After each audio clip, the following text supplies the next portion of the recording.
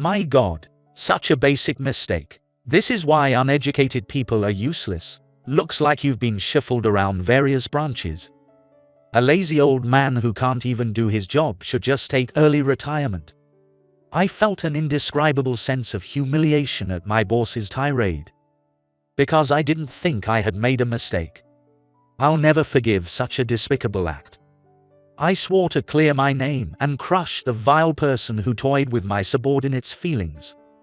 My name is James Smith, 55 years old. Currently, I work as the product planning manager at the headquarters of a major electronics manufacturer. I've had transfers to branches all over the country. I've been working for this company for 37 years since I graduated from high school. Normally, at my age, it wouldn't be unusual to be an executive. But I like working in the field, so I've turned down all offers for executive positions. Also, I didn't care about specific regions and followed the company's orders, so I've been transferred a lot. As a result, I've lived in company housing and feel I've caused my family a lot of inconvenience. I have a wife and 2 children. Both kids are independent now, and I currently live with my wife in company housing in New York. My wife respects my decisions and has followed me through multiple relocations without a single complaint. Since our children became independent, my wife obtained a qualification as a registered seller and now works at a drugstore. I've been at the current headquarters for 5 years, maintaining good relationships with colleagues and having no issues with clients. However, 6 months ago, a new boss transferred from our branch in the Midwest. This boss is an elite employee who graduated top of his class from a prestigious university and was promoted to director at the headquarters in just 8 years. He's a strict rationalist who prioritizes speed in work, constantly criticizing our methodical and cautious approach. As a result, the atmosphere at headquarters has gradually become more hostile. I always felt he looked down on me for my high school education and frequent transfers, labeling me as an incompetent employee. He frequently picked on me for the smallest things. "Hey, James, is that proposal I asked for still not done? Your work is so inefficient. You work from morning till night, but your progress is slow. I'm sorry, I understand you're upset, but could you give me a bit more time? Hurry up, you're making things difficult for us. You really are a useless old man." I take my time to carefully review proposals to avoid mistakes, which naturally takes longer. Moreover, the director dumps all the mundane tasks on me, while he spends his time fiddling with his smartphone until it's time to go home. So, I inevitably end up working overtime to get my actual work done. The director would only pretend to work when he knew the president was coming into the office. Other employees noticed this too. One employee wanted to confront the director about unfairly dumping work on me, but I stopped them. I knew it was blatant harassment against me and didn't want it to shift to others. A month later, the director's hostility towards me increased. "Hey, have you finished the proposal for the new air conditioner's features?" "No, the marketing department is still conducting research, and the report isn't ready yet. We need a bit more time." "What the heck are you dawdling for? This is why old employees are useless. This project is crucial for the company's future. Do you understand, you useless old man?" The proposal deadline was still a week away. The marketing department was handling the research, and I didn't want to trouble them, so I silently endured the director's unreasonable outbursts. At the same time, I was asked to handle a confidential task by someone else. This meant I wasn't getting home until after 11 p.m. every night. Since my wife works at the drugstore, she told me she could go to bed early without waiting for me. But today, she stayed up, worried about me. "Honey, welcome home. You're really late again tonight." "Yeah, I've been busy with various things lately, but don't you have work tomorrow? Shouldn't you be sleeping?" "Honey, you look really pale lately. I'm worried about you. Please, don't overdo it." "I understand. I'm sorry for making you worry all the time." To be honest, I was exhausted. While I was used to a heavy workload, The director's daily tirades wore me down mentally, like repeated boxing jabs. After that, I took a bath and had dinner. I didn't get to bed until after 2 a.m. The next day at work, my subordinate, Joseph, called in sick. I had to go to our important client, Company A, in his place. Company A was special to me because it was my first major contract when I was in the sales department 30 years ago. Most of the people I knew back then had retired, so there were hardly any familiar faces left. Today, I was supposed to explain our new product that would be included in Company A's lineup and finalize the contract. I had reviewed the contract my subordinate prepared 2 days ago last night. I found the documents on his desk this morning and took them with me to Company A. I explained to their representative that I was there in place of my sick subordinate. The meeting went smoothly, and I returned to the office without any issues. I had no idea that an unexpected event would occur after this. The next day, Company A called my subordinate, Joseph. I noticed something strange about Joseph's demeanor as he took the call. He was wiping sweat off his brow and repeatedly bowing and apologizing. Feeling suspicious, I approached Joseph after the call ended and heard a shocking story from him. Joseph, that call seemed to be from Company A. What was it about? Well, that is. Joseph was sweating profusely and looked down, as if he found it difficult to speak. What happened? Tell me honestly. Actually, they said they want to void the contract. Void the contract? What does that mean? I had explained everything clearly yesterday and handed over the contract. My mind was racing with all sorts of thoughts. At that moment, the director walked into the office, looking puzzled, and spoke up. Oh, it seems there's a problem. What happened, James? Please explain properly. The director's tone was unusually polite, which felt strange, but I relayed the contents of the call to him exactly as Joseph had received it. Company A wants to void the contract. What does this mean? Explain in detail. The director's roar echoed through the office. There was a moment of silence, and I felt everyone's eyes on us. Since we don't know the details, I'll go apologize to Company A with Joseph. I said this, bowed to the director, and hurried to Company A with my subordinate. There, we asked Company A's representative to explain the situation. They said there were discrepancies between what was explained and what was written in the contract, making our company untrustworthy. Therefore, they decided to void the contract and use a competitor's product for their new line. Trust is paramount in business, so they had no plans to do business with us in the future. As I listened to Company A, my mind was in turmoil. How could there be discrepancies in the contract? I had thoroughly reviewed it, and there should have been no errors. My head was spinning with confusion. Devastated, we returned to the office. Back at the company, I went to the president's office to report the situation with Company A. The director was also seated on the sofa. I reported the issue with Company A to the president. Just as the president was about to speak, the director interrupted. My God, such a basic mistake. This is why uneducated people are useless. Looks like you've been shuffled around various branches. A lazy old man who can't even do his job should just take early retirement. I felt an indescribable sense of humiliation at the director's tirade. Because I didn't think there was a mistake with the contract. I still didn't understand why the contract's content had changed. But if things continued like this, my subordinate would be blamed. Considering my subordinate's future, I immediately decided I had to take responsibility as the manager. This incident is my fault for submitting the contract to Company A without rechecking it. I deeply regret damaging our relationship with such an important client. I don't know if it will help restore Company A's trust, but I leave my punishment entirely up to you, Mr. President. Beside me, my subordinate was looking down, on the verge of tears. In contrast, the director had a smug, triumphant expression. I understand your feelings. Until we decide on your punishment, you'll be on leave.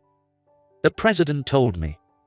I consoled my crying subordinate, urging them not to blame themselves, and then headed home. My wife noticed that something was off with me and, understanding my feelings, didn't ask me anything that day. 2 days later, I was notified of my dismissal from the company. Losing such a valuable client was a significant loss for the company. I thought being fired was a reasonable decision. However, I felt an overwhelming sense of incompleteness and tightness in my chest, knowing there were many things I hadn't finished at work. When I honestly told my wife about this, her response surprised me. "Thank you for quitting your job." What? You might not have noticed, but you were barely sleeping because of all the overtime. If you had continued working like that, you would have collapsed for sure. And remember, I have a qualification as a registered seller, so I can tell. "Yeah, thanks, I'm sorry for making you worry." I was comforted by my wife's compassion.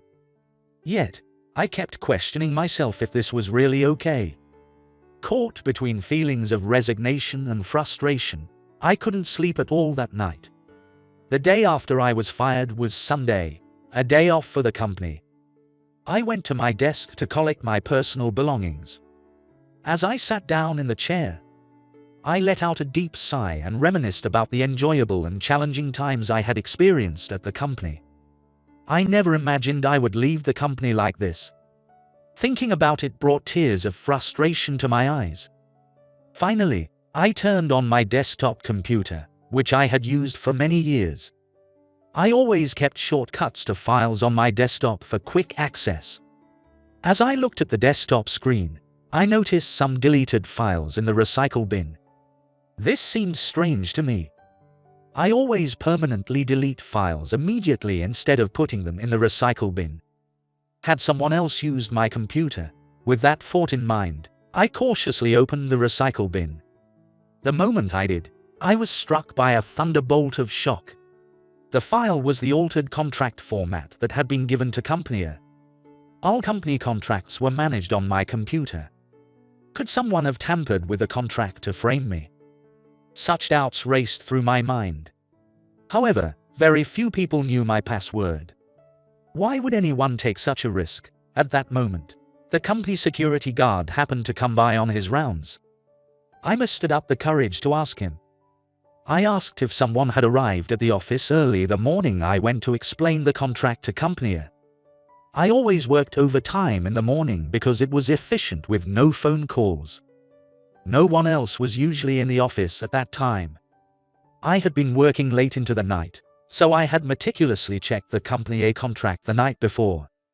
After confirming there were no mistakes, I placed it in a folder on my subordinate's desk and left. If someone tampered with my computer and altered the contract, it must have been early that morning. After hearing the security guard's account, I was certain who the culprit was. I'll never forgive such a despicable act. I vowed to clear my name and crush the person who toyed with my subordinate's feelings. There was one more thing I couldn't understand. So that afternoon, I called my former subordinate, Joseph, to a cafe near the company. He arrived 40 minutes later. He seemed unable to meet my eyes, looking down as if ashamed. "I'm sorry for calling you out on your day off, but there's something I need to confirm with you." "What is it?" "It might just be my imagination, but I need to clear this up. You took a sick day the morning of the company contract. Were you really unwell?" "Well, that is." It was immediately clear that he was shaken. The coffee cup in his hand was trembling. Something was up. I decided to be direct. "Did someone tell you to take the day off?" "Yes, that's right." My hunch was correct. Someone had exploited my former subordinate's weakness. This person couldn't be allowed to stay at the company. I was determined to take action. The next Monday, the company was buzzing with talk about my dismissal.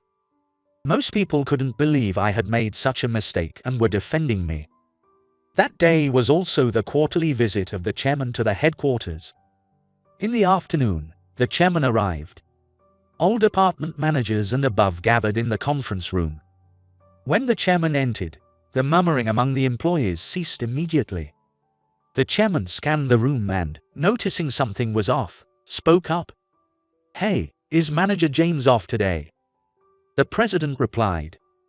What? James was fired as of today. What? The president began explaining the situation to the chairman, but the chairman's face grew redder by the second. Making matters worse, the director blurted out, I'm relieved to be rid of that useless old man. He never contributed anything to the company, and he wasn't useful no matter where we transferred him. Serves him right. You are stupid. With that single word from the chairman, the conference room fell silent. You don't understand anything.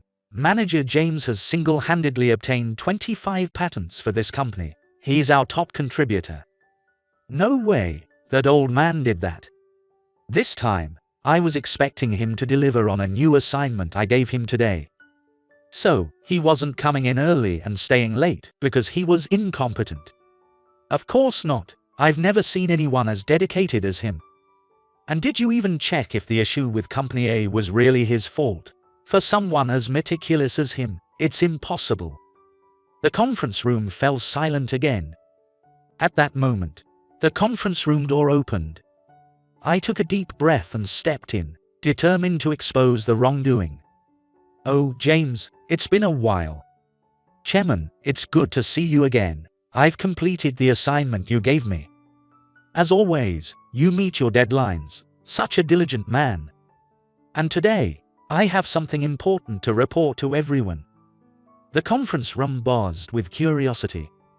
I'm an outsider here now, and I don't have the right to speak, but I can't allow this malicious fraud to go unpunished. What are you talking about?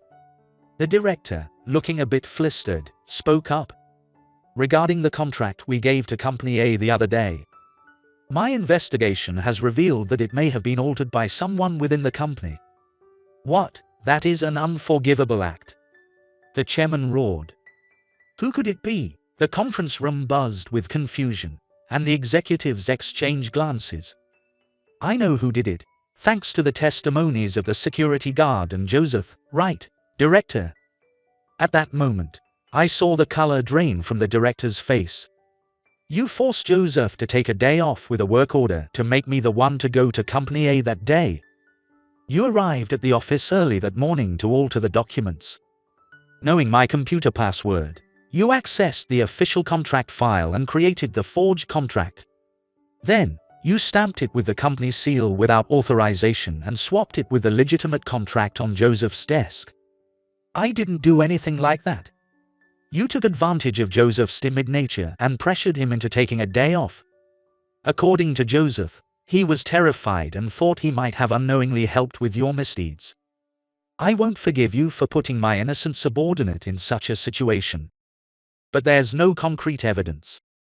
Nonsense. I have proof. Would you like to see the surveillance footage from that morning? At those words, the director collapsed to his knees, hanging his head in defeat. All right, I admit it. I switched the contracts to frame you. The director had become desperate. Believing that my cautious work style would hinder the company's sales and his own career advancement. That's why he came up with this plan. The director had ordered Joseph to take a sick day, pretending it was for health reasons. However, the director's miscalculations were not completely deleting the files and showing up early instead of late at night. The security guard mentioned that while many people work late, no one else comes in early in the morning except me, so it was memorable. Even if it was for his own promotion, deceiving so many people is unforgivable. President, it should be clear who really is unnecessary in this company. Yes, I am truly sorry. Thus, my name was cleared. Of course, my resignation was retracted, and I was reinstated. The director was dismissed for forgery of a private document with the company's seal. To everyone's surprise, it was revealed that 3 years ago, he had also framed a colleague at the Midwest branch, forcing their resignation.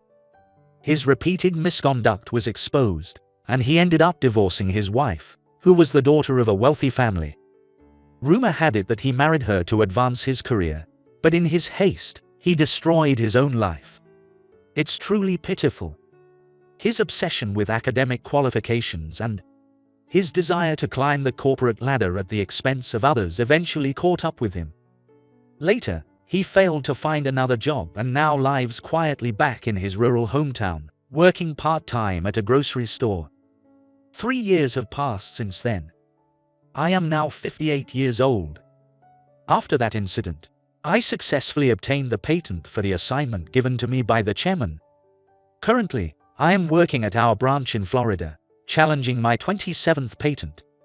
As always, I have declined numerous offers for the director position, choosing to remain a manager and hands-on leader. Learning from the incident 3 years ago, I now prioritize work-life balance and, under my wife's care, I make sure to go home on time and cherish the time spent with her. The chairman retired a year ago and is reportedly enjoying his retirement at a senior home in Aspen. I will never forget his warm guidance and support throughout my career. The president, taking responsibility for the incident, volunteered to restart as the head of the HI department at the headquarters. He is now dedicated to fostering truly valuable talent for the company. My former subordinate, Joseph, asked to be mentored by me on patents and moved with me to the Florida branch. Seeing Joseph break out of his shell and grow as a person has been incredibly rewarding for me. Next month, he will be applying for his first patent. I look forward to watching his progress together. I am proud of having acted according to my principles. If I hadn't acted with courage back then, I wouldn't be who I am today. This fall, I look forward to meeting my first grandchild and being a sincere and honest grandfather. I plan to continue living with this in mind.